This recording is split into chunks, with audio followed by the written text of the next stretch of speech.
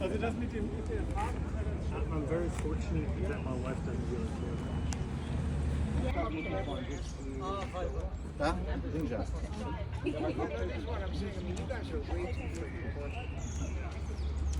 In Italy, traffic rules are just Also, ja, bei mir hätte es ja Parked them on the sidewalk in front of Phuket's and, going in and had dinner. It's like you gotta do more. This is really wonderful. Thank you so much, Jim. It's Yeah, really wonderful. so nice of you.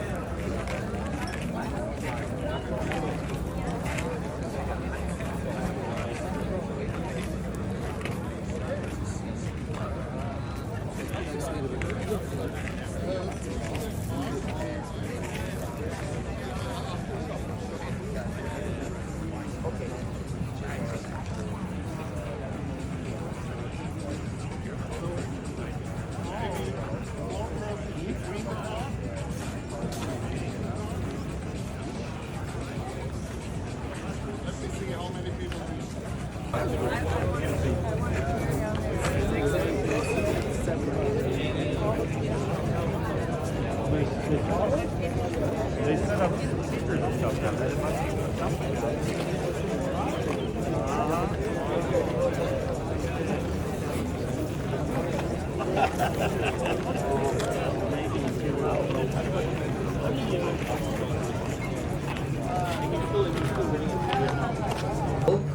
We announced about 200 cars that we can see on this weekend, and I think that's the place to be for every car enthusiastic, and we can have a big celebration, and we are celebrating cars, and that's important. We are not celebrating one brand, we are celebrating cars. Thank you for that. We have some anniversary that I want to announce. Some of you know we have the 75 years of the Calavino Ferrari. It's a big celebration. We have also another big celebration. My colleagues will talk about this later. And we have some celebration that I want announced.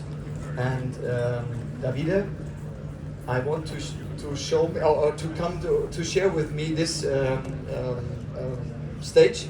And that's Davide Berteliaccio. He is the new CEO of the Villa d'Este Hotel Group, and he is my new partner. And friend. And friend also, and our friend. And so Davide, you are still the managing or the CEO of this group since 1.5 months. What was the first impression or the first feeling that you get in this position? Well, thank you, Helmut, and thank you, everybody. Let me put it this way, you just mentioned it. 1.5. I'm really looking forward to seeing the wonderful cars that you've all brought and to hear your stories and to feel your passion. to kick the event off in style, though, we brought a few treasures of our own. On my right here, you see a concept car, which is called BMW Turbo. It was designed in 1971 by the BMW design team back then under the direction of Paul Brugg, one of the greatest designers of our time. Then here in the middle, of course, is a very, very special car, the BMW M1. This car saw the light of day in 1978. This car does not belong to us. This is not Helmut's car. This is actually a car of a private person who brought it here for us from Holland. So I'm really happy to have this car here. And this car, of course, started the history of BMW M. BMW M started its history on the racetrack, building race cars. And then, I guess to pay the bills, BMW M started doing some road cars. And that's what we're still doing today. But every single M car, even today, is built, designed and engineered to be used on the racetrack. And you can use them on the open road with a little bit of risk for your driving license. The car here, that is standing right next to me, is almost a classic. It looks fairly new, I think. We designed this in our design team in 2008. It's a one-off that we designed especially for the Concorso d'Eleganza in that year, in 2008. And I think here you can see that the passion for design and emotion is still very much alive in our team today. So given a small chance, this is what we could do. Now I'd like to come to something special that will have its world premiere here today. And probably you will have to make a little bit of space over here. BMW M, like I said, has done many cool and very, very sporty cars. There is one badge though that we haven't used a lot. And I'm talking about the CSL badge. It is the Coupe Sport Lightweight badge. We've never used it very often, but when we did, the cars that bore it became an instant collectible classic. And I believe that that is about to happen again. So now, ladies and gentlemen, I would like to introduce to you, as a true world premiere here tonight in Villa d'Este, the all-new BMW M4 CSL.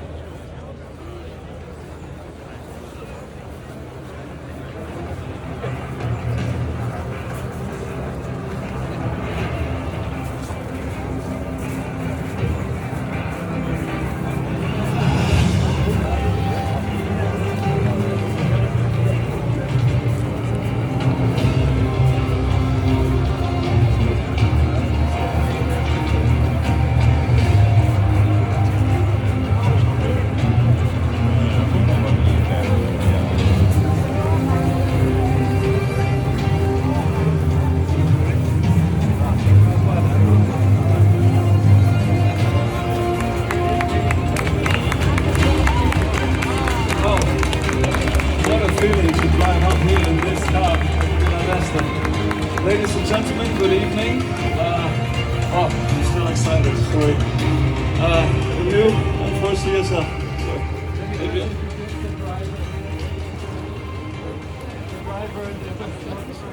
Is none other than Frank van Meel, CEO of BMW M. Frank, please.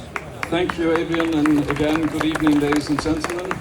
The year 2022 is a very special year to BMW, and because we are celebrating our 50th anniversary. And we are going to celebrate our anniversary with numerous new product launches at the most important stages of the world. And today, we will launch the M4 CSL here at the Villa d'Este, and you are more or less, no, really, you are the first ones that can see this car for real. And what you also can see is you can have a sneak preview, if you'd like to, at the upcoming BMW XM that will come out at the end of this year. It is in a closed room and you can have a look if you want to. And it's not the concept vehicle, it is the first pre-production vehicle. So if you have some time, please go and take a look at the XM.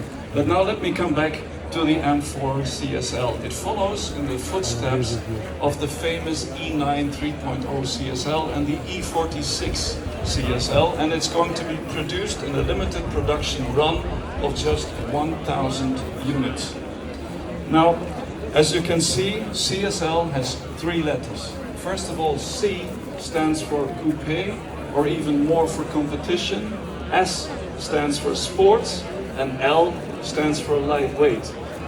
And what we did is, in comparison to the M4 competition, we took out 100 kilograms of weight, we added 40 horsepower, and we did a lot of modifications to the car, and that made the M4 CSL the fastest series production car that BMW has ever built.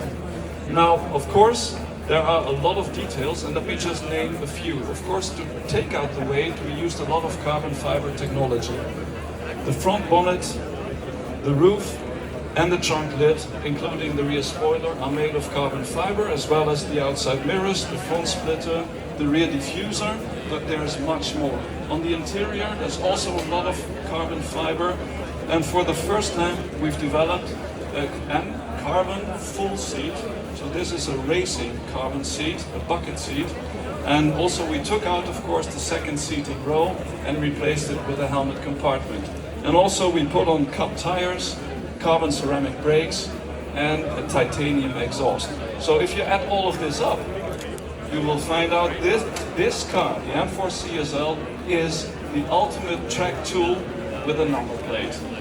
So that's about the M4 CSL, but I've brought something else with me today. Let me just go over to this. Ladies and gentlemen, BMW Motorrad's anniversary model.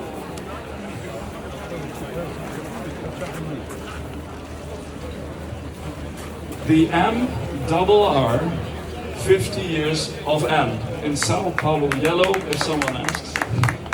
Thank you.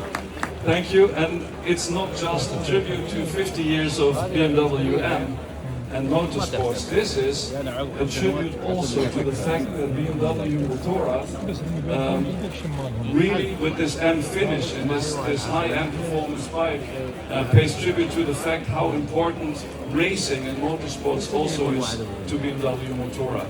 And I think if you take a look at both of these products, you can see why M is the most powerful letter in the world. And of course also in racing, it's not only about technology, it's also about design.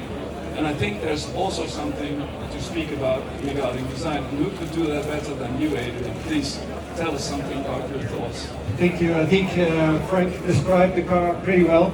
And like I said earlier on, when we design an M car, we design for performance. So it's about leaving things off that you don't need, that add weight, and making sure that the performance of the car is enlarged. So here in the grille, we took pretty much everything out to maximize the Frank already mentioned carbon fiber that we're actually showing here. So what you see here are not stickers or go faster stripes. This is the carbon fiber that you use in the boot, in the roof, and in the trunk lid. And in the trunk lid, as you can see, we've integrated the spoiler to create more downforce. One special highlight, I believe, that is worth mentioning is the tail lamps. There we use a very new technology which we call laser wire. We've never used this technology before, so it will be exclusive for this car right now. A very thin wire, and the light is actually produced by a laser. So, and like Frank said, in the interior it was more or less about making sure that there is not a lot of weight in there. So we have carbon fiber, and in the rear, no seats at all. Because who wants to sit in the rear in a car like this, ladies and gentlemen? So with that, please, I would like to hand over back to Helmut Kids. Enjoy the evening. Thank you very much for being here, and looking forward to see what you have brought. Helmut, please. Ladies and gentlemen, dear colleagues, thank you very much for representing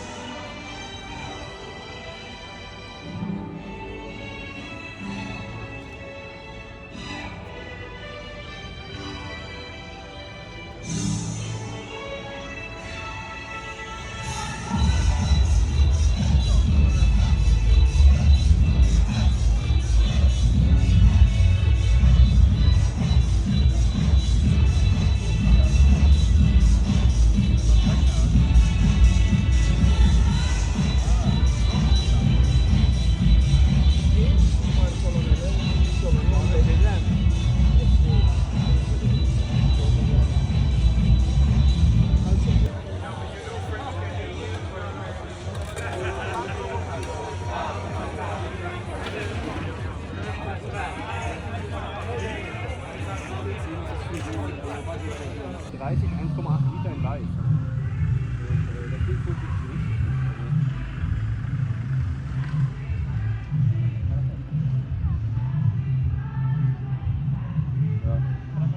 Ja, jetzt höre ich dich.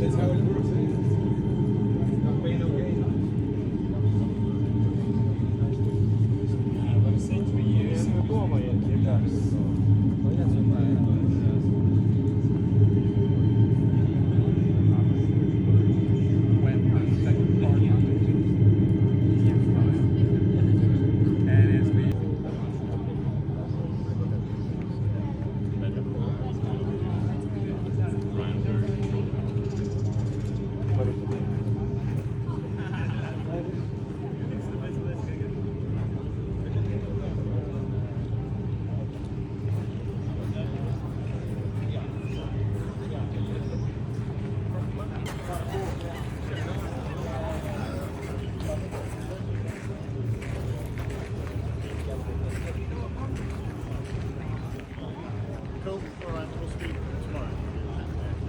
The BMW because the G80 chassis is not a light car. This is my favourite element of the CSL. It's the duck tent here. I mean, how cool is that? BMW suits the car really well.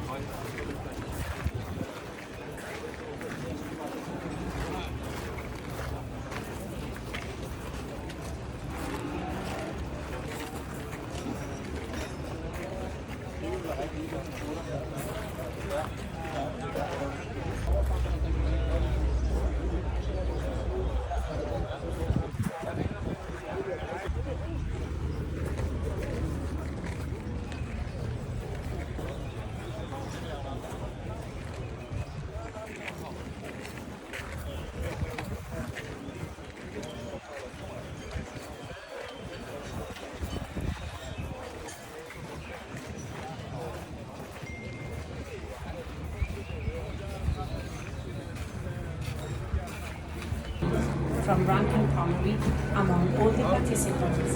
Thank you. Signore e signori, desideriamo ricordarvi il referendum pubblico sull'eleganza vi riveste o scansionare il codice QR sul vostro cartellino con lo smartphone. Potrete poi votare il veicolo preferito inserendo il vostro PIN e autenticazione individuale. Regaleremo un'esclusiva bottiglia di champagne Rankin Connery tra tutti i partecipanti. Grazie!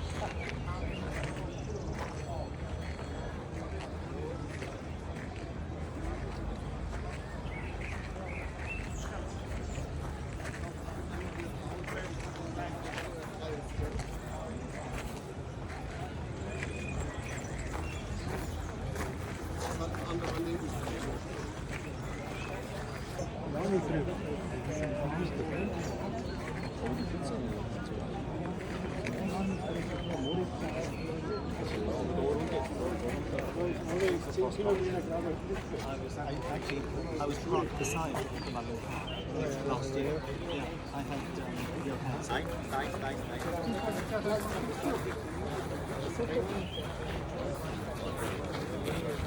From the UK. Questa macchina vince il trofeo FIVA per la macchina meglio conservata, non restaurata, qui a Budapest quest'anno. La macchina che non è mai stata interamente restaurata. Per il periodo L'auto, per the pre-war class, per il periodo anteguerra. Right, let's see if he starts. If not, Okay. No. Can I say, I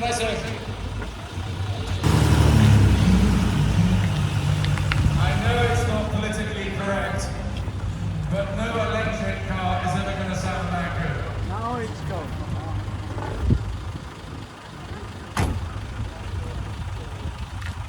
And now all the way from Oxnard, California, Mal Malik with the Hispanos Visa J12 convertible by Van Boren. Merle, great to see you. Come a little bit further forward if you would, please. And now, fast forwarding just a few short years, but still very much in France, Andreas Jegosch, all the way from Germany with the Bugatti i57C Stelvio. Good afternoon with the whole 12 cylinders, and if that wasn't enough, you could even order the 11 bis, which went up to 11.5 litres. I think it was a rail car engine. But Hispano was a car, a brown, large.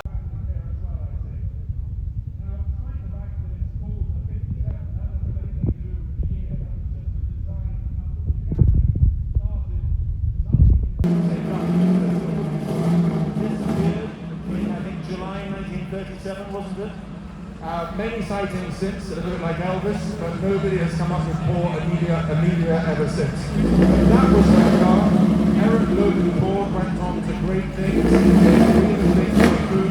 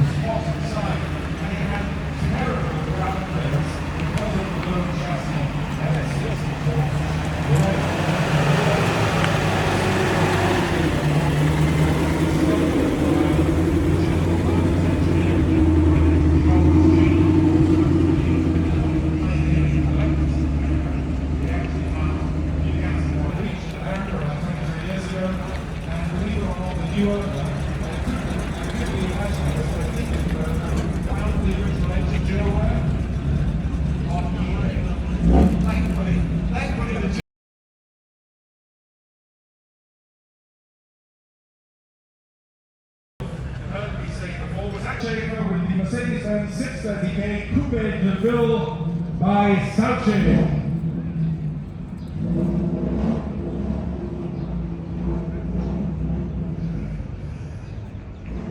Just listen to it as it goes by. It doesn't sound like a luxury car.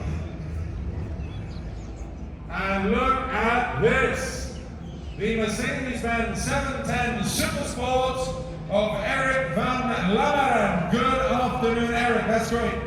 If you'd like to switch it off there, this car, I'm not going to switch her off because this car is definitely down in Rome. And ATA bought this car and entered Sofia Loren in it on what was known at the time as the Rally del Cinema, the Rally of Cinema.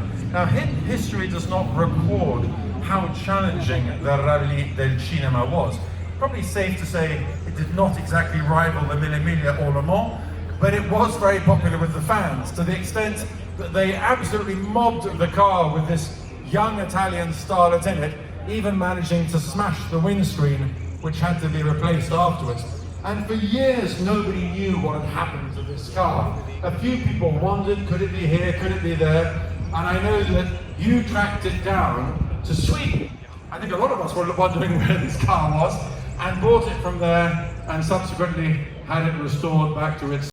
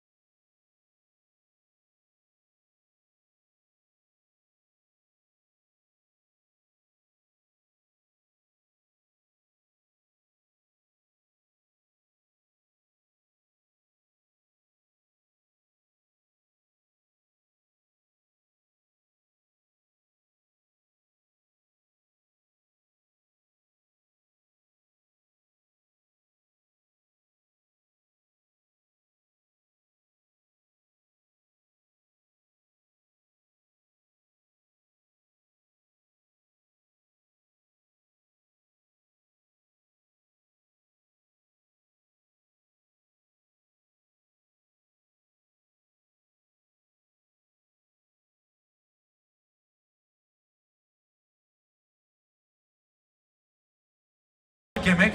It was the fastest car in the world that you could buy for the road at the time. In 1954, this car could already do 260 kilometers an hour.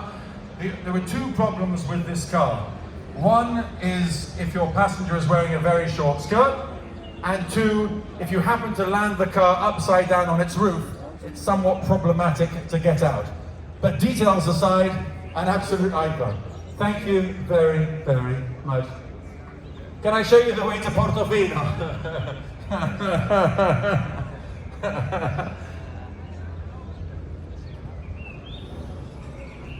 And the way to Portofino is that the way. Ciao, grazie. Windows, if you look inside, in the mid-1950s, that was unheard of. This glass, or I should say perspex roof, thankfully with a shade on it, lovely rosewood. In the 365 Reposti. Wow, wow, and wow. How hot. In fact, I can look at you and I can tell the answer to the question already. Does that famous NASA-derived heat insulation in the roof work? No. If the astronauts in the space shuttle had had to use this stuff, they wouldn't have got off the ground.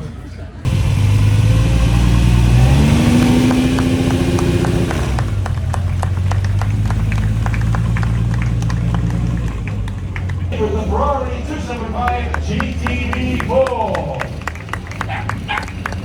Good afternoon, Jonathan. A little bit farther, if you don't mind. No, that'll do. It's great to see Jonathan here, not only because he represents collecting from a slightly different geographical region, lovely to see you, but also, as you can see, a different age group. And I would add that he's not only a collector of beautiful cars and a handy photographer, but also a very handy driver. He drives his cars as they were meant to be driven and beyond in many, many cases. Now, this car is almost exactly the same age as the 365, the three-seater that just drove by. And can you believe, considering that today this is regarded as an absolute classic of Ferrari styling, this long, can I say almost, nose, low cabin, short, truncated tail. These are all hallmarks of classic Ferrari design. Big effort to get here. Really appreciate it. Big thank you. The next generation of collectors in the Ferrari 215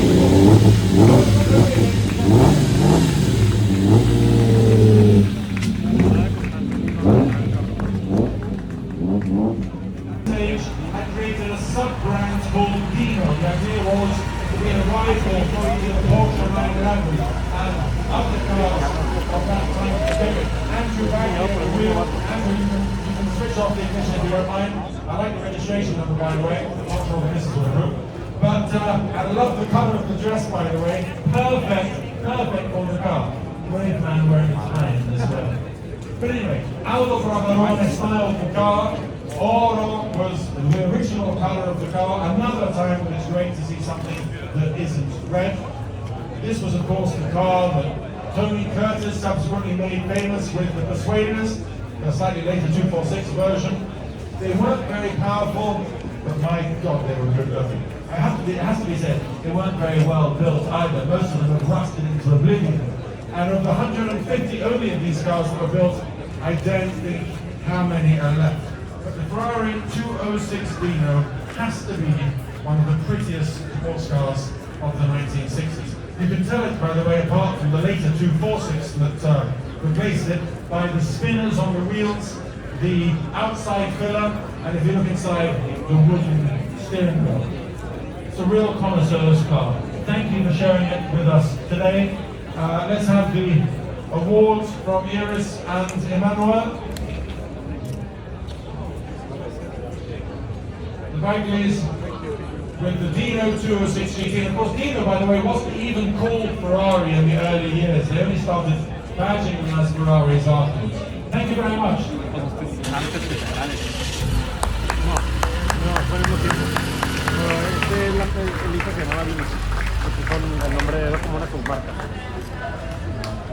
Ferrari 365 GT S4 Daytona Spider. Look at that. Now, if that colour doesn't suit Villadeste, I don't know what does. Now, I was rather hoping that Thierry would wear a very flowery, lacy shirt, such as the character that drove this car in the movie The Long Goodbye. I was also almost wondering if you'd put a long blonde wig on to look like him as well. But if there was ever a car for a playboy to drive around the streets of Los Angeles in the early 1970s, this was it. And the first owner of this car was a man called Falk, who owned a successful record label. A later owner was Lou Adler, who I believe had radio stations. And then it started this cult movie with Elliot Gould, and I think even there was a big part for a young Arnold Schwarzenegger. This was a model that Ferrari built very much for the American market. By the time this car came about, there were emissions laws, safety laws, and all kinds of new rules and regulations in America that meant that convertibles were in serious danger of being outlawed. This was a model that the American importer, Luigi Finetti, who we talked about earlier, had asked for. He said, look, I've got the buyers for these cars. And so they cut the roof off the Ferrari Daytona Coupe to make the Spider model, and 121 of them were ever made. The last thing I'll tell you about this car, before I let Thierry and Glenn go, is the colour. Pininfarina, who styled this car, had some of the coolest colour names in the 1960s, and I always wondered why they had these weird and wonderful names. And I only discovered recently they were named after famous racehorses. So there was Nijinsky, there was Miyako, and this particular car, the colour, was known as Giallo Man of War. I've never heard of a horse called Man of War. I thought it was either a pirate ship or a dangerous fish, but who knew it was also a Ferrari car. Thanks to both of you. Great to see this car here in such a perfect Jerry also, by the way, is a great user of his car, so chapeau Jerry.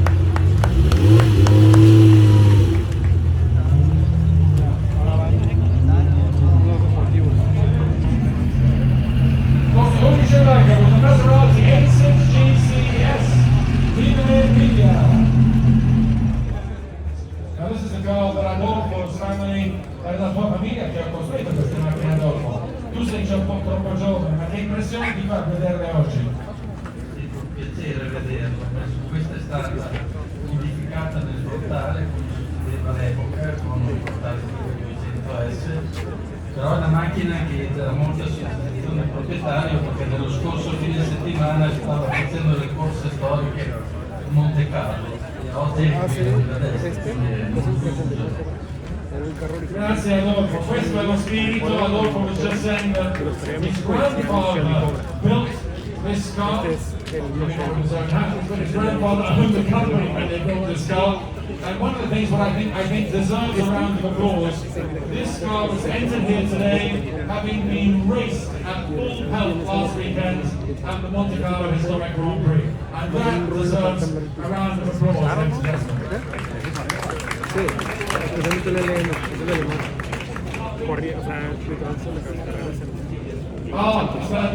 This, ladies and gentlemen, is the owner who can no longer fit into the car, not because his lunch is too good, but because he's got, as you can see, he is quite tall, and with the normal road car seat, he can't get in. I think people were just shorter in the 1950s, weren't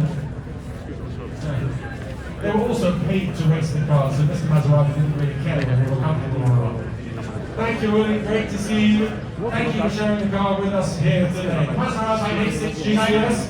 Now we have two awards coming up. Just a moment, please. Franco. Yes, this car won another special prize from the jury. The Trofeo Alzi for the best preserved post-war car. Oh, that's lovely. Best preserved post-war car. Premia Maria Paola Stola, President of the Alzi Commission for Manufacturers and Design. I learned yesterday, this was quite simple, the A6 GCS stands for A is for Alfieri, so the Maserati company. 6 of course for the cylinders, G for Giza, cast iron, the engine material, C for Corsa, and S for Sport. You heard it here first. Right. The prize is being much photographed. The RC, which is the historic Italian car club, a very, very important institution in this country. Any time whether your pride and joy is historic or not. So the RC gave the prize for the best preserved post-war car. Andiamo!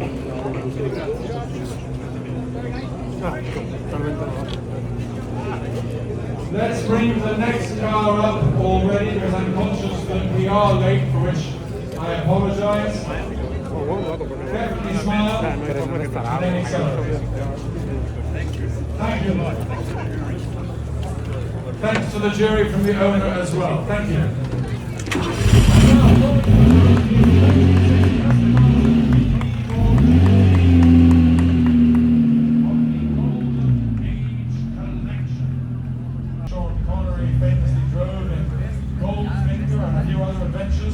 But actually, if you look more closely, it's very different under the skin. Aston Martin was struggling to keep up with Ferrari in the mid-1950s. Ferrari, with the car a little bit like David Sidorix that we saw earlier, was gaining the upper hand on the racetrack. And Aston Martin realized that they had to build something lighter, although lighter in the Aston Martin world was all better, shorter, to handle better, and more powerful. And this is the car that they came up with, the DB4 GT. It is effectively the faster version of the normal DB4. But Sterling Moss gave its race debut in 1959. It won first time out, although that may have had more to do with Sterling Moss than the GT letters. And the model continued in production for the next 3 or so years. There made 100 of them in total, including 19 of the famous Zagato body.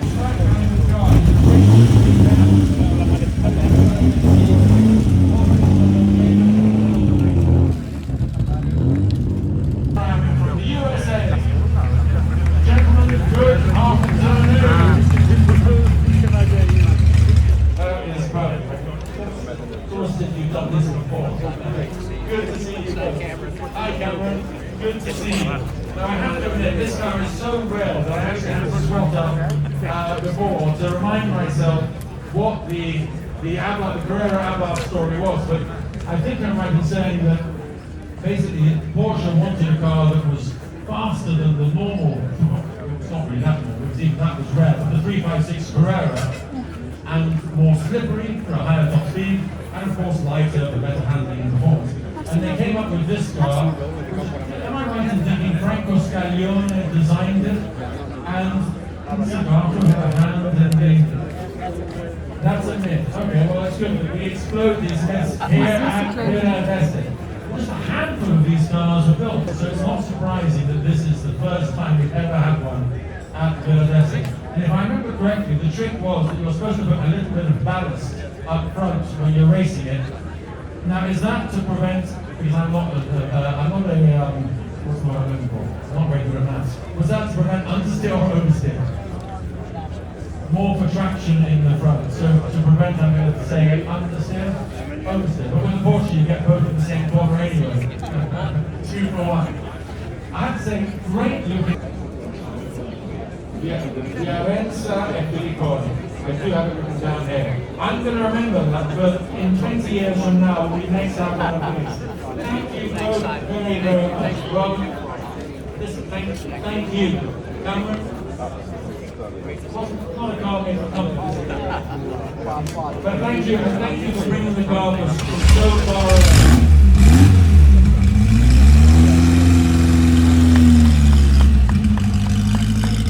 Take one. Tubolare Zagato. Tubolare because I'm due to the ring.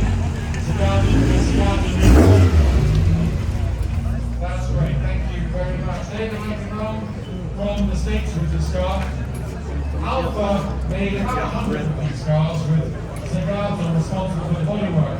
And as I said before, it's a rare car, about 100 built, of which approximately 200 survive. And you can probably tell from that copy that because these are also valuable cars, you have to be very, very careful when buying one or indeed choosing one for a compliment to make sure that it's a real car. Because a lot of these cars have, unfortunately, been faked over the years. So this is a car with a great history and a very high level of functionality. I was delivering you now solve this mystery for me. Was this car actually black when it was new? It was blue. It painted black for the 1956. Very fast. Well, and there are a few faster, and I think that a few of them drove these cars, because it wasn't just Nadine Brown, it was also a previous or a successive lady driver as well. Successively following meeting with one of the American road racing champions and set the fast lap for her class, and the party American road racing for 40 years. Wonderful car. Not the most comfortable car in the world, I can tell you from experience. And on a hot day like today, maybe black wasn't the ideal colour either, but it looks so, may I say this, badass in black. It just looks cool. And I love the fact that you got it back in the SCCA livery of the day with the C was the C production cars, wasn't it? So a few fast ladies associated with this car. Take good care of it. It's an absolute jewel. David, thank you very, very much. The Alfa Romeo TZ1.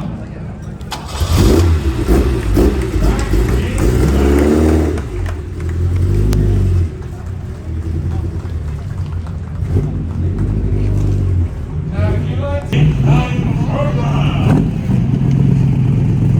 Good afternoon. I was almost hoping you were going to flick those signing sources just as you pulled up. Now, if old money and wash this people's faces in particular on the East Coast bought Ferraris and Maseratis, the working man, although the rather successful working man, aspires to own one of these, the AC Cobra. This is from the days when hybrid thinking something with a sewing machine, petrol engine, and an electric battery next to it. It meant something born in different parts of the world. Here you've got the chassis made in England, in the glamorous locale of Thames, no less. London Road. Those I have not yet visited. The body as well, the engine of course, America's finest, Ford V8, 4.7, and then if you're really speed obsessed, the 7 litre as well. And this car also raced successfully in America. You can still see the racing numbers from the period on the side. You have these drain pipe exhausts, the rollover hoop. This car, if I remember correctly, cost $5,800 when it was new to Alabama as a trade price. To put that into context, a new Corvette at the time would have been $4,500. So a working man, but if he was a plumber, he had to have a lot of employees. Great car, but above all, the thing I like about this the most, the sound of it. And I hope that without destroying the mosaic, when you leave, you're going to hear about American V8 muscle.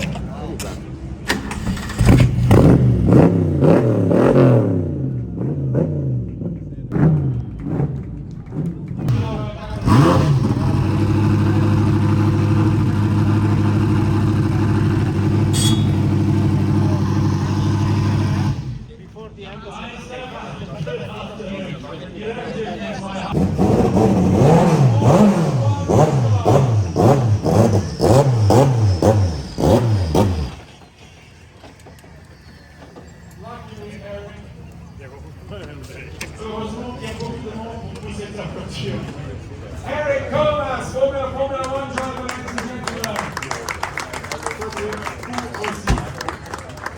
Alors, est-ce que tu vas conduire cette voiture sur la route d'ici au Mont? Si tu peux en anglais, c'est encore mieux. Absolutely. The target is 24 years after driving this car, in racing this car. I will drive it by the road, but not this year, for the next edition, which is the 1 century edition of Le Mans 24 hours. So I will drive on to Le Mans as a spectator with my first car from now. And you raced this type of car at Le Mans nearly a quarter of a century ago. Absolutely. I committed with Nissan in this car in 97, in 98. I was so much in love at the time with the car, but this is the car that made me changing car manufacturer. I was in the contract with Toyota. When Nissan called me and showed me this project, I saw the car, I was in love. I said, don't pay me for 2 years, but give me the street version. And they said, no, Alexandre, we can't because we live only one. So I said, well, let's turn the race car. This is why now, 25 years later, I'm there. And just as a side note, am I right in thinking that, and maybe getting a shock, that your life was saved by Ayrton Senna back in the day? Yeah, this is 1994. This is the period that made me stop Formula 1 in Japan. My second life has been Japan because I left Europe to change my mind, racing GT cars. So I've been racing GT cars for 11 years. Winning 2 titles with the Skyline GTR paint oil, and then driving this car was amazing. It was an amazing period because 1998 we called it the race of the century. I remember was the McLaren, the Mercedes, the Porsche, the Toyota, the Nissan, the BMW. It was an amazing competition. And then the Nissan accomplished 3rd, 5th, and 6th position. 3 cars in the top 6. When Porsche is winning and the Master of Le Mans, that was a recent result. And you managed to turn it into a road car. With Stefan Neff, who's just gone by in his F40 LM, it does show that the Swiss are far more bonkers than they often appear on the outside. Eric, congratulations. I think it's a hell of a feat to be driving that car on the road, even around the Concorso, let alone all the way to Le Mans next year for the 100th anniversary. Félicitations. Bravo à toi. Just go away, then you can sit there again, okay? The one that you get through, okay? And I hope you're going to come back one day and tell us how you got on driving this car on the road to Le Mans. I'm sure you will know that. Hearing this car doesn't seem to be a problem. I can say, oh, I like the way so you managed to take your shoes off very quickly. I can see you still got the reactions of a racing driver by the speed with which you slid into that car. Eric Comas, ladies and gentlemen. Now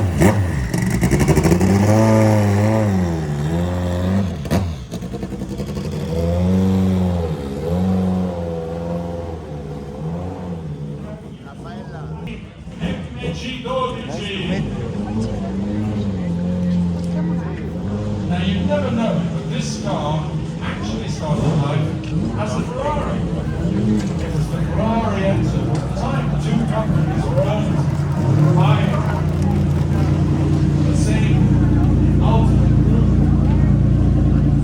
So they decided, having built the Ferrari Enzo road car, to build a Maserati to race in the then GT Championship. And the only way that they could do that was by building a sufficient number of them. So they built, I think, 50 of these cars, if I'm not mistaken, and that homologated them for racing. And they proceeded to absolutely wipe the floor with the competition, which has to be said, looked nothing like this car. I think, if I can paraphrase the Untouchables, Maserati really did bring a bazooka to a dagger fight with this car. But despite that, it still has a Targa roof, electric windows, which you don't get in your Ferrari Enzo, a lifting system which you do need because of the extended overhangs on this car. You wouldn't be able to go up any hills or any parking garages if you didn't have a lifting system. And most important of all on a Maserati, no, not my conditioning, but almost, especially today, the clock. Is there any other reason to buy a Vitoro clock than for the clock? Maserati elegance, it is truly a wolf in a wolf's clothing. Great looking car, has so much presence in this car, doesn't it? Especially in this trademark pearlescent white with the blue accent. It's very much a nod to Maserati's racing history in the States in the late 1950s and 1960s. Congratulations once again, and I hope you enjoy the weekend. Well, it's our first ever MC12 here, and again, we want to keep on innovating at Benedeste, attracting younger generations, people who use their cars, and what we like to call, what I dare say our German friends have coined as the young talent. So, thank you, and well done. Keep it up, it's the right spirit.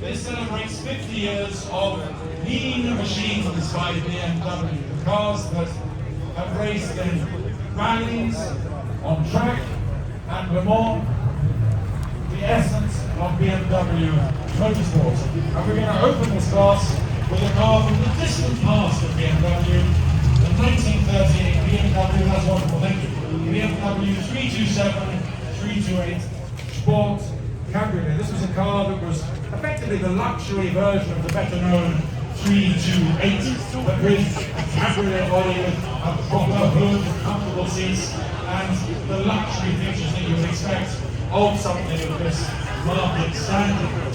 Ambi Bud was the coach builder, and the reason for that name is Ambi stood for Arthur Müller Bauten und Industriewerk. Did that okay for it? Quite okay.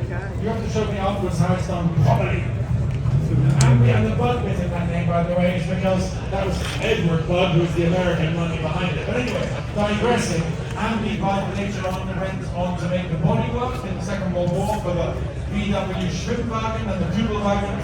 They also pressed out jerry cans for the war effort as well. Relatively few of these cars built, they were very expensive, and not that many of them survived. We're grateful to Hans-Peter Scheppen for bringing the car here today. Thank you.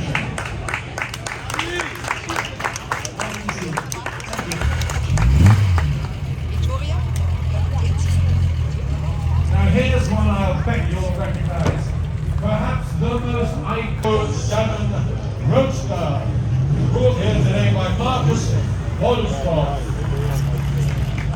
Look at the lines on this car. That's wonderful. Can you believe that this is the car that actually almost destroyed BMW. And why was that? In the early 1950s, a man called Max Hoffman was an Austrian emigre with a very successful car importing business in New York, Madison or Park Avenue, I think. He was the man who persuaded Mercedes to build Goldwing, Porsche 3x6 Speedster and so forth.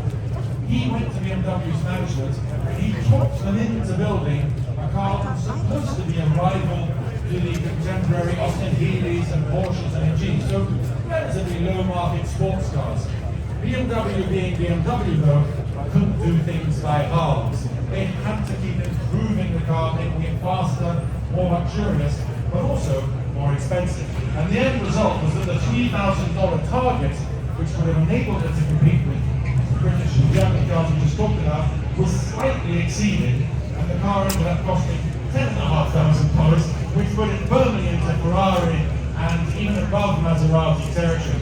BMW didn't make very many of them, about 252 cars, if I remember correctly. The designer, by the way, was Count Albrecht Goetz, who sadly no longer with us, but he used to visit in the older days, and you have his signature on the glove box. That's very good. He actually started out, believe it or not, as a banker. He then worked in a car wash. He was so keen to become a car designer, and he did.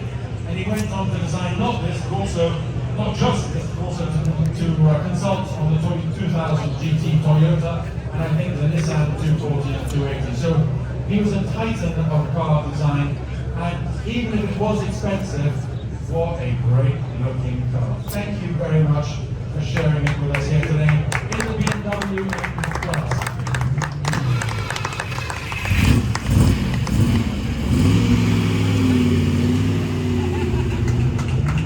And before that was there, Emma built. And needless to say, they were not built for tall people. Mr. Rathken, I'll bet you later. I want to see you. I want to see you in. How tall are you? 6'4", about 6'4". Do you own this car? Do you know the word practicality? So you're 6'4" and you buy a car with a motorcycle engine, luckily with no roof, which I believe revs to 8,500 revs.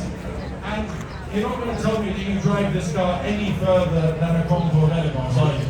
Actually, we took it on the prelude tour coming from Milan to here, so actually it's quite practical on the road. And you're still flossing the bugs out of your teeth. I have to go to the Vice Drag race next weekend to pull off on this car, so yeah. You're a very, very brave man. I love your car. This is one of the, if I can use a very English word, one of the most bonkers cars I think I've seen in a long time. Completely inappropriate to your build, but great that it's in such wonderful condition and still used, and I can't help but notice with the 8,000 RPM rev count. What's interesting is that Hans Schluck, who drove the car 61 years ago at the Iceberg race, was almost as tall as he is. He managed to almost beat the car 50 studies. Well, listen, thank you very, very much from the Moy collection in Germany. I'm very impressed. I mean, very impressed, especially on a hot day like today, with the BMW 700 RS Spider, one of two in the world.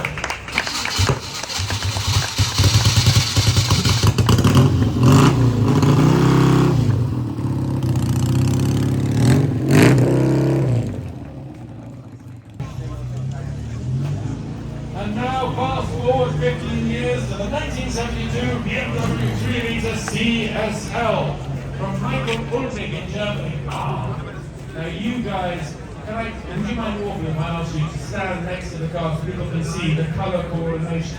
I know we're short on time, but this deserves a round of applause. Early 1970s, proper colour coding the way that it should be done. This, of course, was an icon from the early 1970s for BMW. The CSL was effectively a moderation car. It was a standard, albeit top-of-the-range car that BMW took and put it on a severe diet. They took out weight, they increased the power. You'll notice it's got all kinds of boy racer features like the catches on the bonnet, the lightweight boot. You could even have it with the boot spoiler to make it the Batmobile. And of course, these very bright, almost psychedelic colors. Interestingly enough, in Germany there was a lot of discussion about road safety in the early 1970s. And one of the consequences of that is that both BMW and manufacturers like Porsche introduced some wild colors into their catalogue at that time. This yellow, but you can also have, of course, orange, and other weird and wonderful options that you could choose if you walked into a BMW showroom back in 1972. Niki Lauda, by the way, in the racing version of this car, set a lap time on the Nürburgring that was faster than Jim Clark's car, Formula One car, just 10 years earlier. That puts into perspective the performance jump that cars like this were able to achieve. Faster than the time set by a Formula One car 10 years earlier by one of the greatest drivers in the world. Thank you both very much. I can't wait to see what you're going to wear tomorrow. Mr. and Mrs. Michael Ulbig from Germany with the 1972 BMW 3-litre CSL. And now another icon from the same period, it's the 1974 Turbo. Now take a look at this car as it approaches, and you'll notice something very interesting about it. Look at the decals on the nose. And this was a marketing idea that I think was devised by Bob Lutz at the time. And he was a pioneer and a legend of the automotive industry, in particular the sports car industry. And he came up with this clever marketing idea that you'd have the turbo logo on the front reversed out to warn other drivers of the performance of the car that was about to overtake them. So if you saw that coming up in your window, you knew to move over. It's also probably the first European production turbo car. We've got enough experts here to correct me if I'm wrong, but I think that's right. First European production turbo. It was also the car that probably had the biggest turbo lag in the world. So you put your foot down, you waited, and then all of a sudden all the health problems, hopefully not in the wet, otherwise you'd be facing the wrong direction. Thank you very much. Brought to us here today, also by the May collection. The Pocket 2000 specialist coming up. It's the 1978 BMW 320 Group 5 from the Jägermeister team, plus Jägermeister SE.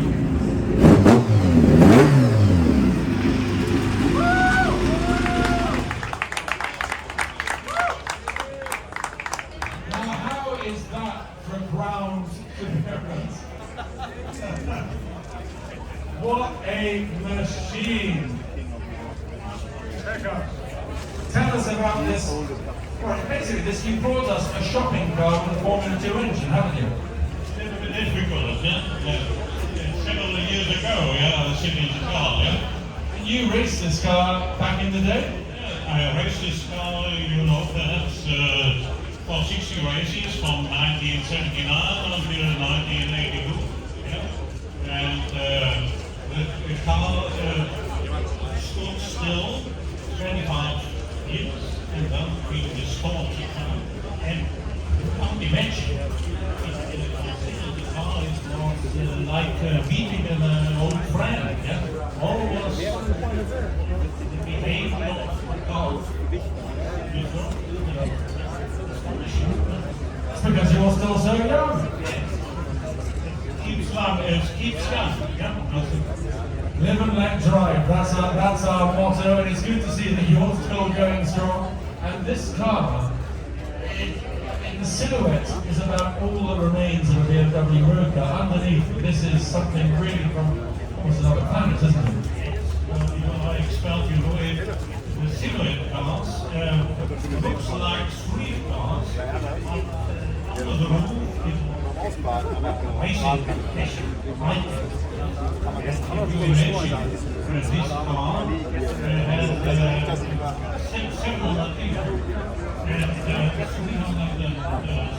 Sorry, could I just squeeze here onto the button?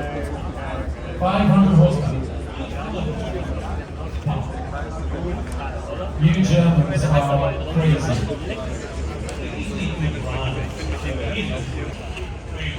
Very close. Eckhard, lovely to see you. Again, it's nice to see you as an old friend, and the Jägermeister colours, by the way. Fantastic, aren't they? Amazing to be here. Thank you, and amazing to have you here. Emmanuel and Iris awarding the prize to Eckhard of the Jägermeister Racing Team. Eckhard, all the best. I'm watching to see what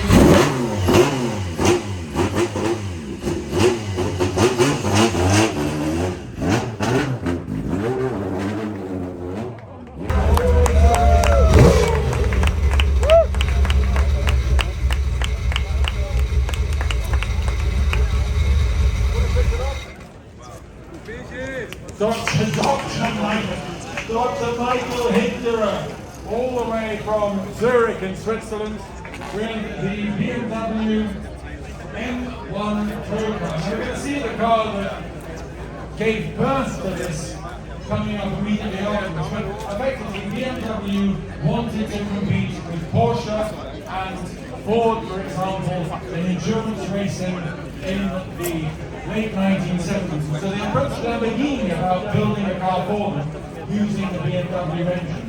Lamborghini being Lamborghini, and Stefano, you'll forgive me for this, I hope, they were going through one of their many bankruptcies at the time. So before the car could be built, Lamborghini closed the stores from the new the usual merry-go-round that we know very, very well. And a big statement as well.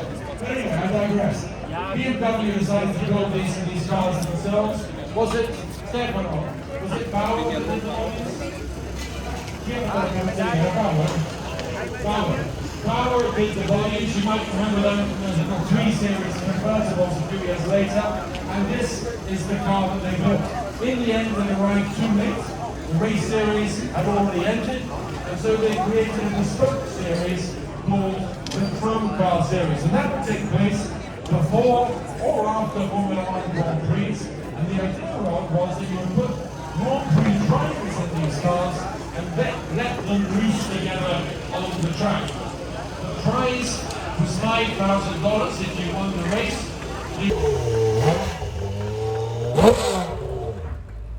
Of course, being a BMW, well built, comfortable, and reliable.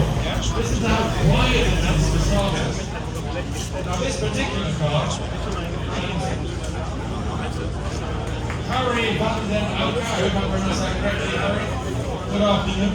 Am I right in thinking that you found this car, or it was found in a Sicilian lock-up garage?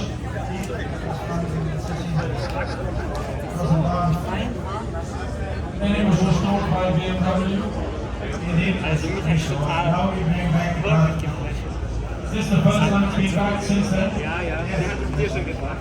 have to say, these are cars that for a long time were under the radar. Nobody really knew much about the BMW M1. But I think once you get to know them, then you really appreciate them, don't you?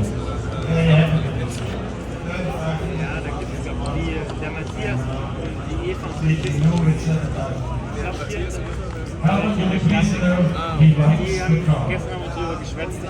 No, he loves the car. Sorry, he meant to say loves. He actually just, he said likes because it's understated. Lovely to see you both. Great to see the car. Great to see it out in Italy once again after all these long years. Compliments.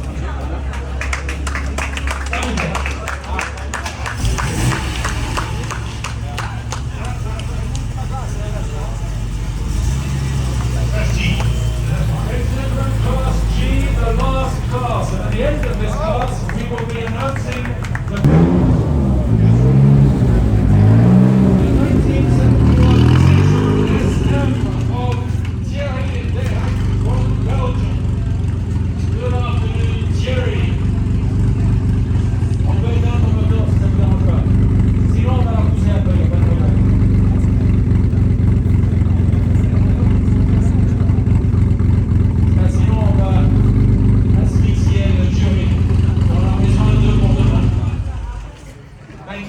you very much. He did comment that it might not start, but I did point out we have enough journalists here to give him a rocket start if required. Now this was a car that was developed by an American called Jerry Hathaway from Santa Clarita in California. He was the owner of SM World, and no, it's not a sex shop, it used to service Citroen Maseratis. SM was actually sports Maserati because Citroen was a company that bought Maserati from Adolfo's grandfather in the early 1970s. And they intended this as a flagship for the Citroen range, using a Maserati engine with a quirky gallant design and all those hydraulics that only Citroen seemed to be able to get away with. The headlights that turn underneath this round on the nose, and the hydraulically operated pedals and seats and so on and so forth. Now, Jerry Hathaway set it in his mind, and I have no idea why, because the Citroen Maserati isn't the most obvious car to go record breaking with. He decided to try and break the 200-mile-an-hour barrier with this car. By the way, I should say that he also had a tender, a Citroen Maserati pickup truck, which pulled a trailer based on a Citroen Maserati that had this car sitting on top of it. And believe it or not, he managed to do 151 miles an hour at Monaco with this car. But as you've seen from today's Concorso Eleganza, there are a lot of fast ladies around and overachieving ladies, and Jerry's wife went not one better, but 50 miles an hour better, and she doesn't like not being on the salt flats. Houston, we have combustion. I just noticed I'm standing in front of the exhaust, so I'm going to speedy retreat. No. Khalid Rahim with the Lamborghini Miura SV of the Royal Court of the Shah of Iran. How are you? Another man with immaculate color coordination, with none other, please give him a warm round of applause, the world's most famous test driver, Valentino Calvani. Carissimo Valentino. The first, tu parli inglese benissimo, quindi, as you speak perfect English, you joined Lamborghini in about 1968, and correct me if I'm wrong, and the first car you ever test drove, the first model of car was a Miura SV, one of the last we did in 1973, yes. And do you remember, did the Shah of Iran, who of course orders this car new, did the Shah of Iran ever visit Lamborghini? As far I remember, I never seen him at the company, but I know that the executive and people from Lamborghini went to see him in different places all the car, talking about the car and asking him information. And not me, but somebody else did. And you had a long career at Lamborghini because you stayed there until actually very recently. They even named the car in your honor, the Gallardo Alboni. What does the Miura mean to you? In your spirit, you're a car person, true and true. You have 100 octane running through your veins. You've driven a lot of cars. You've probably driven more Lamborghinis than any other living or not living person. In that context, what does the Miura mean to you, Valentino? Miura means a strong emotion. Miura means pleasure. Miura means everything. I was lucky, as I always say, to be there when the part of the development of this car. We went through the problem we solved. And still today, driving the Miura is an emotion. It's something that captures. Something that takes you and makes you part of the car, and the feel, the sensation when with this car, the sound of the engine behind your head is something magical. If I can paraphrase that, I would say it makes you a lot poorer, but also a lot happier. I'm always happy to drive this car, every time I can I do it. Grazie Valentino, sei sempre una leggenda, grazie a te. Thank you very much, Khalid Rahim, who brought this car all the way from Bahrain. Thank you very much, Khalid. An absolute honor to have you here, and I'm very impressed that you managed to get up for the parade this afternoon. This is a man who lives the Mura lifestyle. Hats off to you. Thank you, Khalid. Did you look at the number plate? What number plate have you got? Ah, you got the Shah's license plate.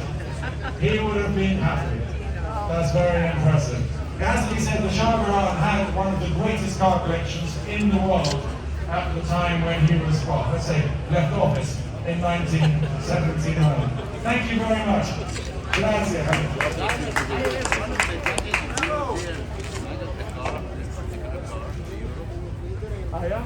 GP was doing. That'll be a story for tomorrow. We don't want to get arrested today. We need it for tomorrow. Simon, that's Stefano. Yes, I know the car was smuggled out in Iran, but I don't want to point the finger at the Italian judge who did it. He already left, by the way. He's already hiding under an assumed identity. Stefano who?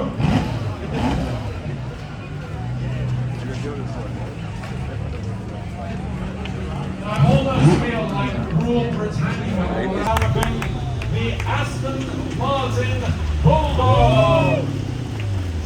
Give him a warm round of applause, please.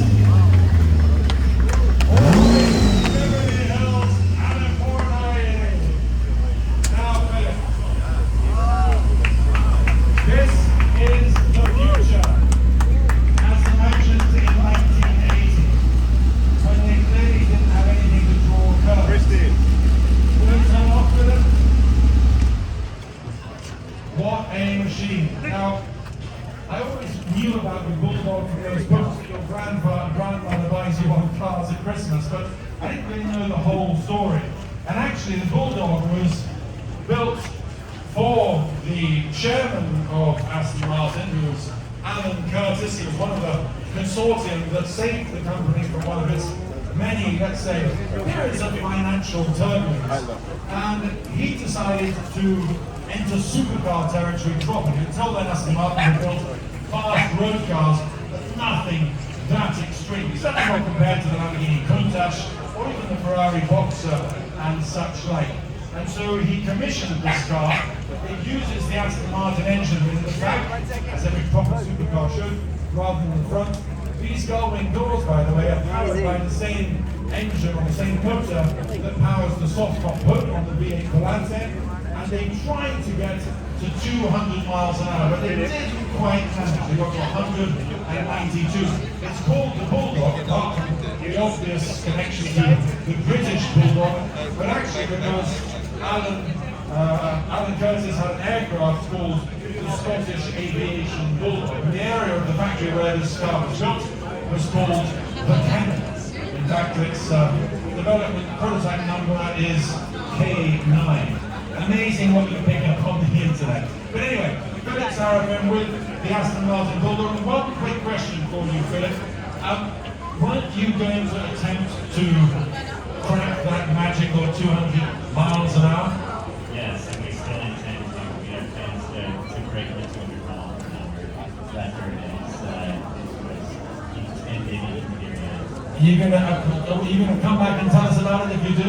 Absolutely. Good man. We're counting on it. Thank you both very, very much.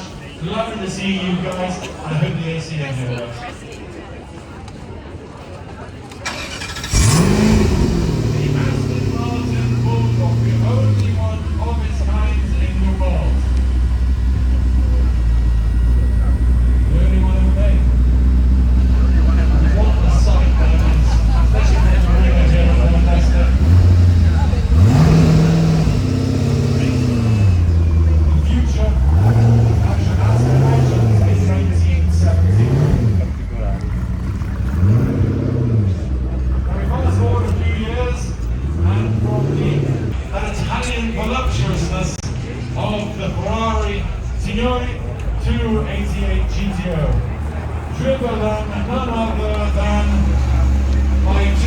favorite Ferrari fixers, Carlo e Renato Bonino. Puoi spingere, grazie Renato.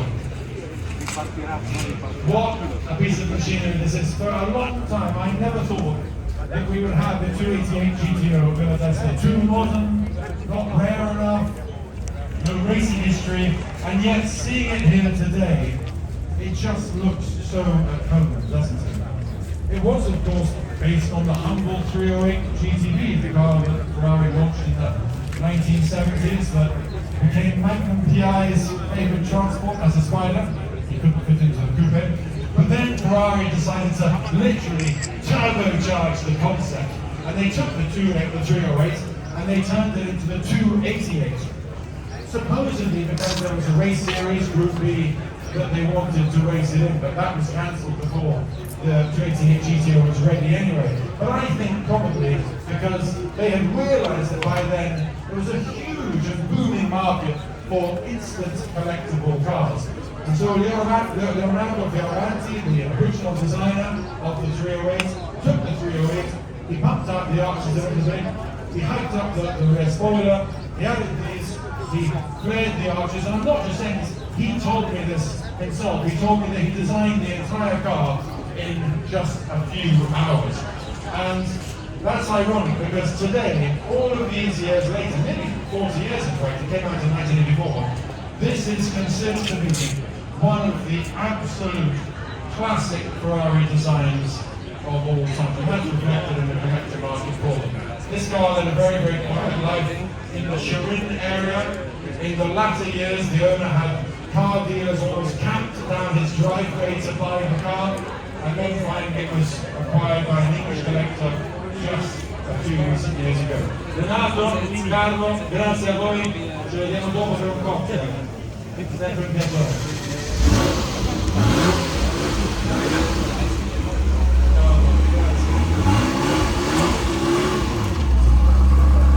Our very, very next day is the final straight. Please welcome the 1,000 Quattro Albore. And doesn't it look great in Tahiti blue? All the way from the US of A, Todd Thompson, represented by David Castellano, the collection manager, fresh out of restoration, and of course, as we have come to expect today, period colours to match the car. Well done. Do switch it off, if you don't mind, just briefly. I'll be very quick because I know that you're waiting to see which car has won the Coppa d'Oro Villadeste. But in the meantime, a few words about the Countach. This was the car that every teenage boy, myself included, had on their wall next to Farrah Fawcett in the 1980s. It's a car which just screams excess. The Countach has zero practical use. It's hot, it's uncomfortable, it doesn't stop, it's probably slower than a 911 Turbo in a straight line, but I still have one and I love it. And as you can see from David, I mean, we are definitely not the right size for these cars. I actually had to have a seat of mine lower. But if there's any car that talks about passion over practicality, it has to be the Lamborghini Countach. A dynamic and build quality disaster, actually a sales success with 2,000 of them made, but no car speaks to me of its era better than the Countach, and in particular the 1980s. Please apologise to Tom for all the rules things that I said about his car, but as you can see, I do actually think it is very, very cool. It's good to have you here. Love the car. And I'd say you nailed it with the colours this year for Villadeste. Being here, unfortunately, the Thompson tomorrow will be set. And they asked me if I was going to fit. And I said, if Simon can fit, I love your optimism. Well, look, well done. I know it was an effort to get here all the way from the States. And obviously the car's only literally just been finished. But yeah, it looks great. I'm so thankful.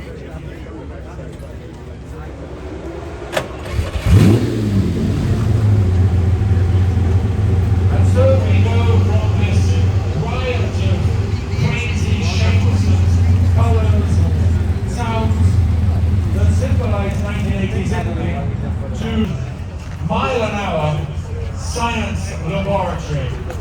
course, the Porsche 959. And it's not just any 959, because this particular car, that's great, thanks Joseph. This particular car is one of the ultra-rare sport 959s. There's been 29 of them. And if I just come around to the drivers, now let's have a look. What are we up to now? 541. So believe it or not, this does go against all the things that we preach about driving cars.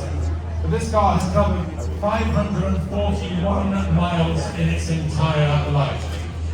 Brought to us by Andreas Gundermann from Germany. It's the Porsche 959, driven by Christoph Schmidt. Thank you, gentlemen, and I hope we haven't increased the mileage too much by driving over the mosaic. Right, we are nearly there, ladies and gentlemen.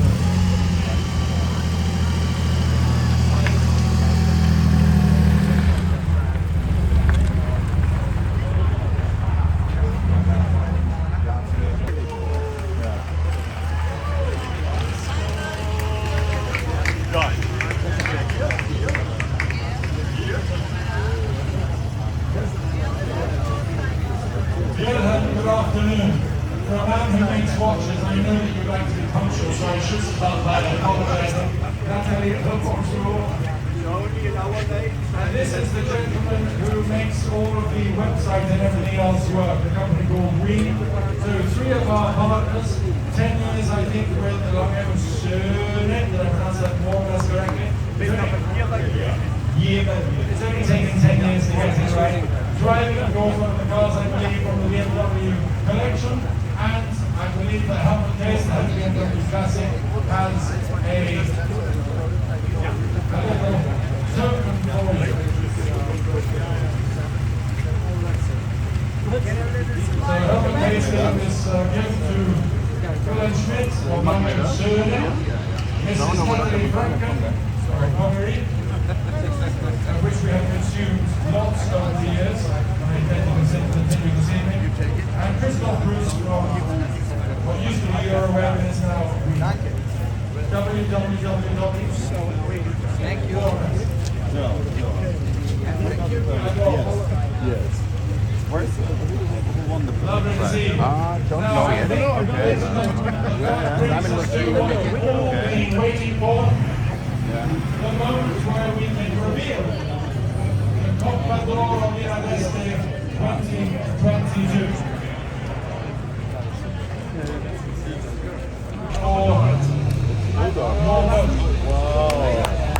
And therefore, ladies and gentlemen, the winner this year of the Coppa d'Oro Milanese is the Aston Martin Bulldog.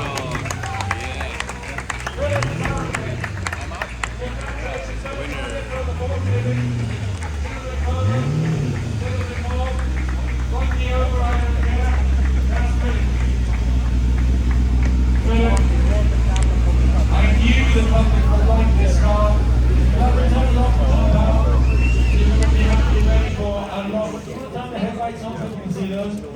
I hope you're ready to do a lot of photographs.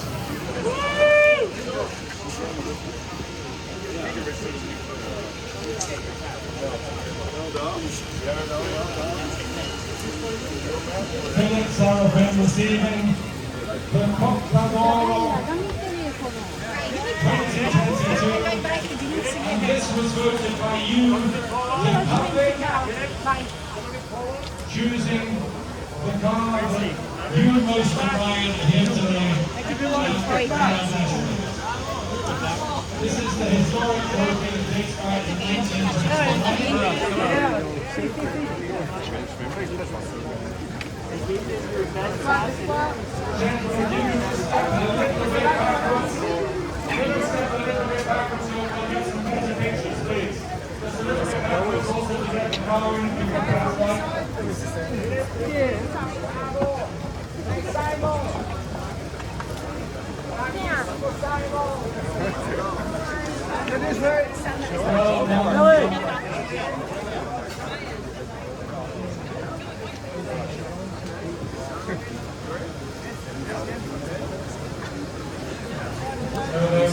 trophies, there's a larger one that stays at the small one that comes home.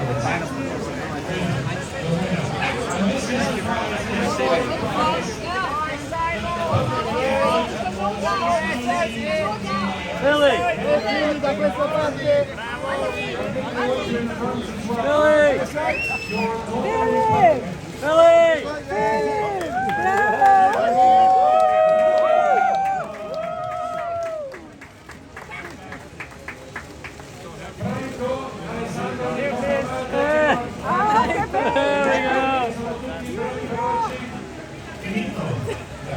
So ladies and gentlemen, whilst you all take your photographs, I am going to say thank you.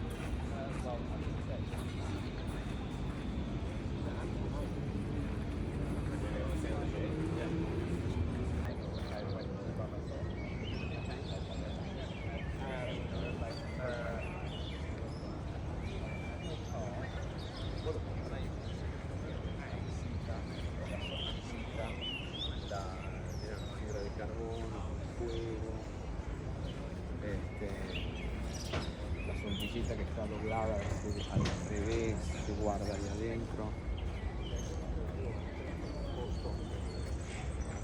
Después tenés.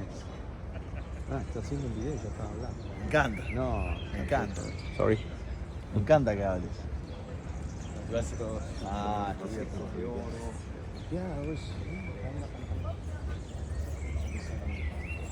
Mucha gilada, pero está bueno.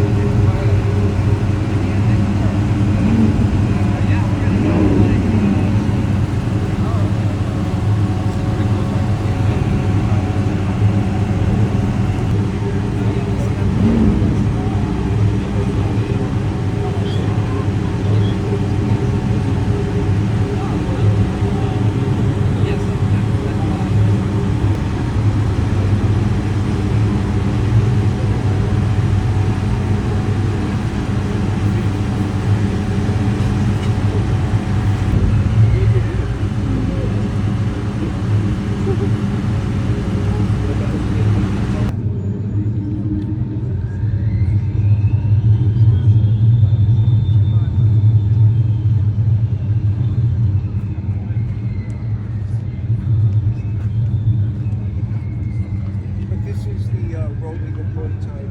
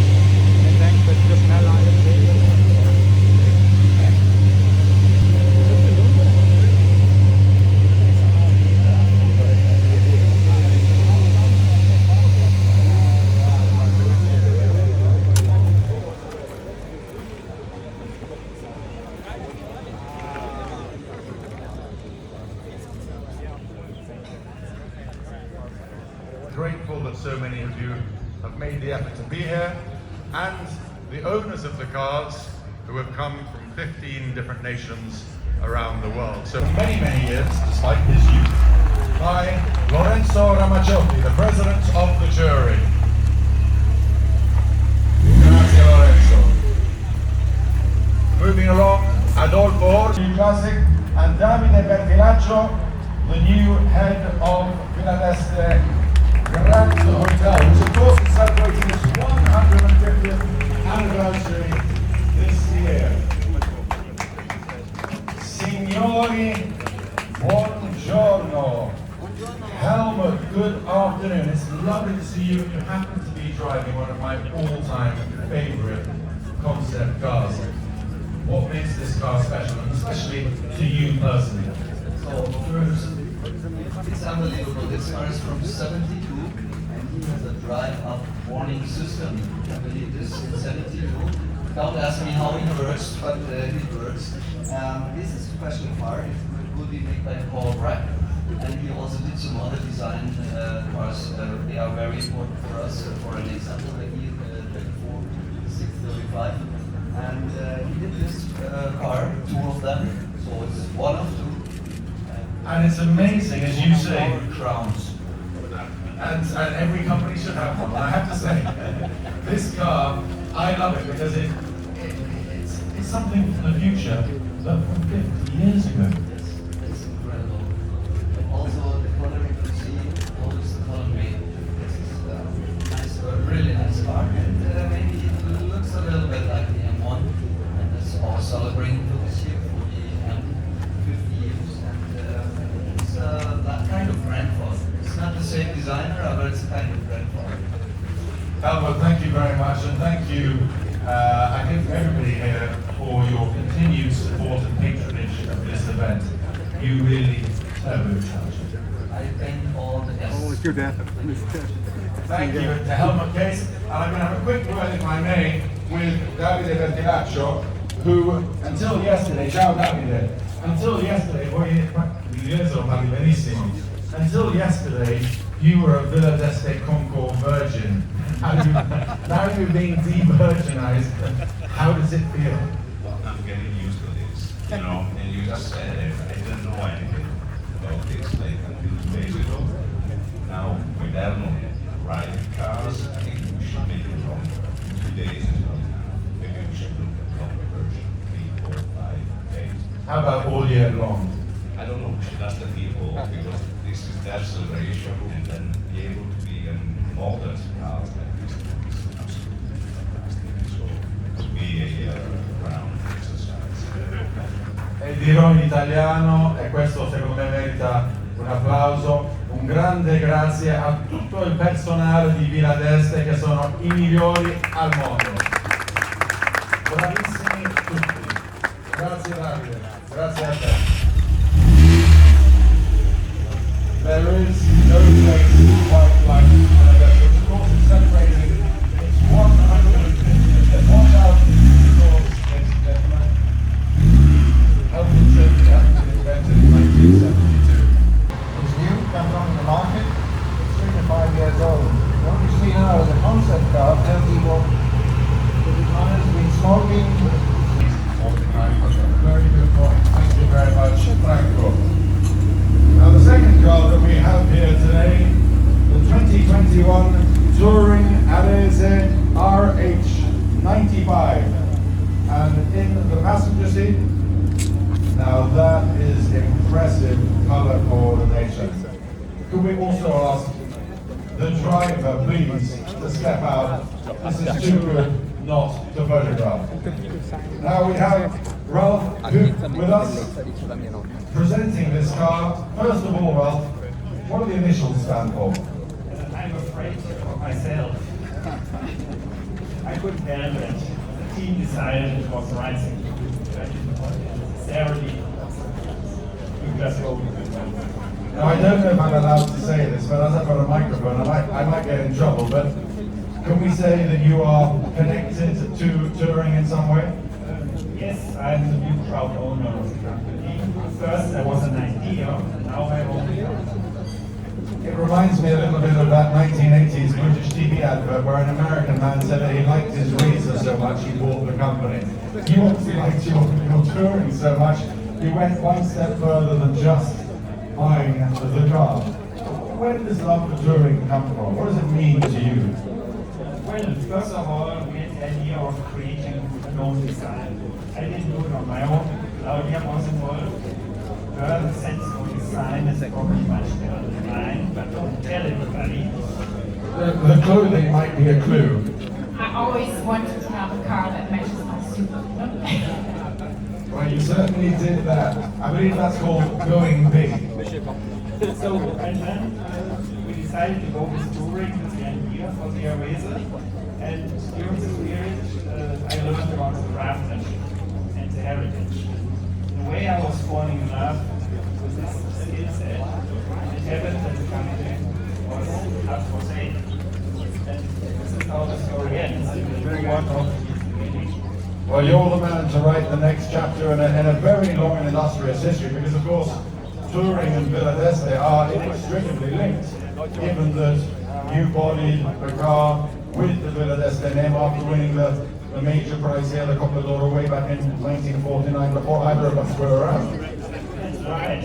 There's a lot of history coming with Villa d'Este, so it's probably also the perfect place to dispose of the company. That's why we chose to do so. Well, I have to say, good luck. You're going to need it, but it's a good thing that there are people like you in this world. The company will hopefully flourish. Thank you. Here's to that. Thank you very much. The Touring Arese RH95, presented by Ralph Hütt, the new owner of Touring Superleggera.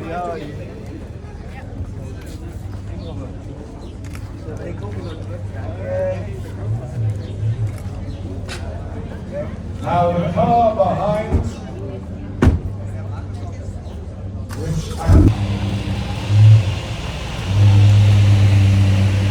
Norman, good afternoon and welcome. Let's see, you guys are going forward. I have to see that car on the mosaic of Villa d'Este.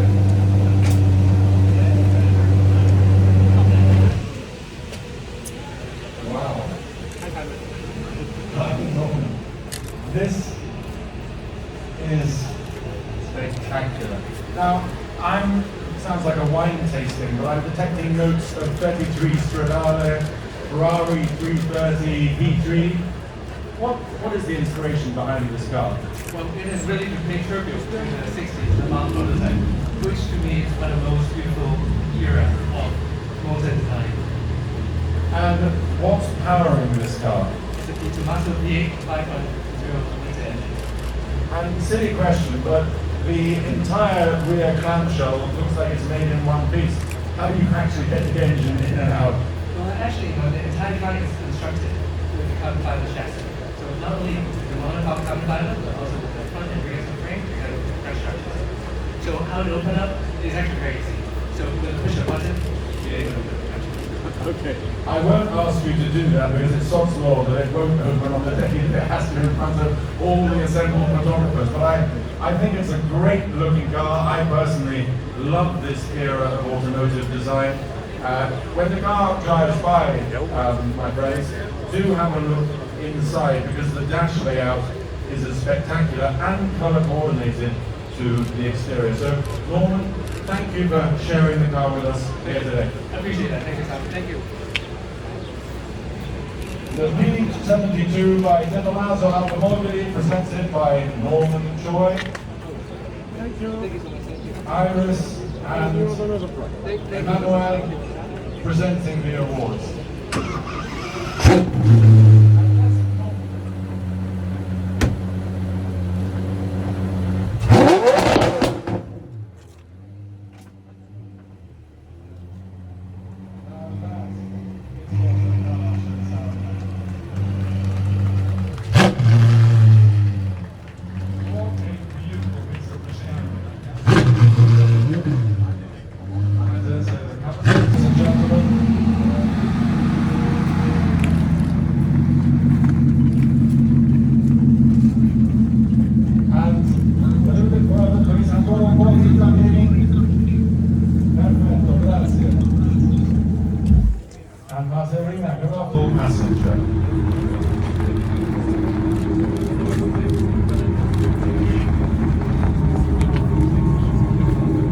Good afternoon and welcome. Please a little bit further forward.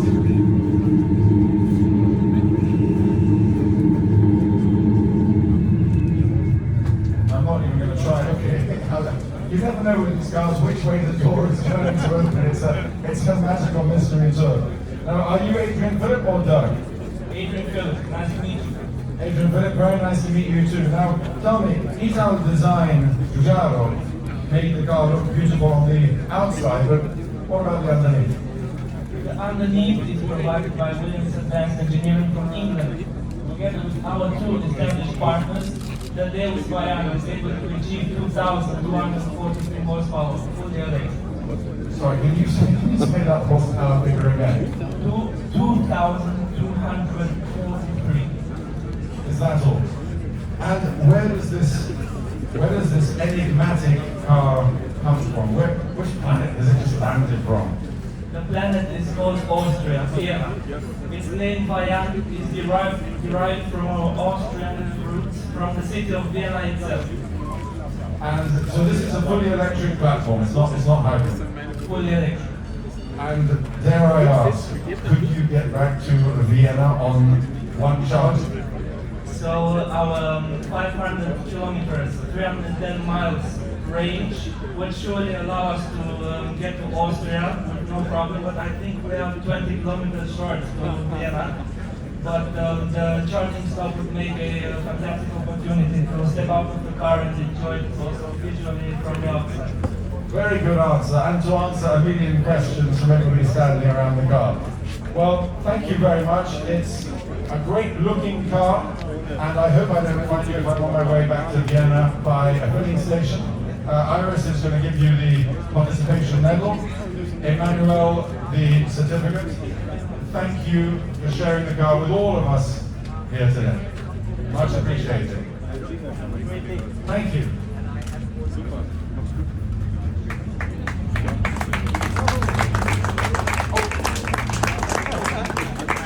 See, I shouldn't even try and close it myself because, of course, it closes on its own as well. Adrian Phillip Batuka with the 2022 Bayern, all the way from Vienna. I love the sound effects that you have.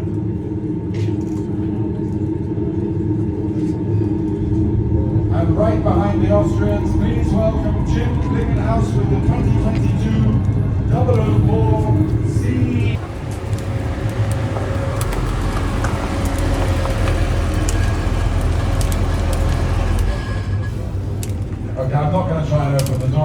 Jim do that.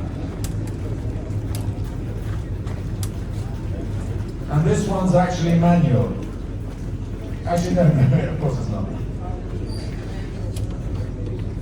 This is a prototype for the paddle version. It has, only 800 horsepower, but I think we guarantee you can get arrested anywhere in the world and go to jail. And it's a road-legal example of our GT3 race car. We're racing next weekend at the Nürburgring, and we're on to Le Mans with our Le Mans Hunter Club. We're very excited to be back here. And you're also known, before you were a car manufacturer, as a great collector. Iris is going to give you the presentation medal.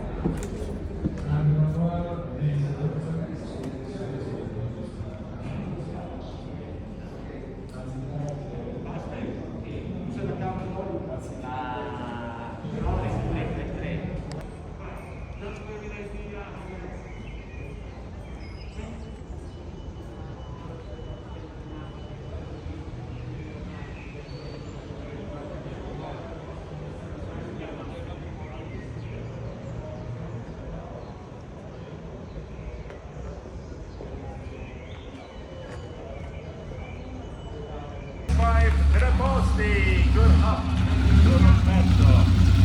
I see that you chose today not to wear a jacket. I think we can excuse you because of the car that you have brought. This is one of only two crazy. Wie viel PS? 625 PS aus einem 4,4 Liter V8 Aggregat.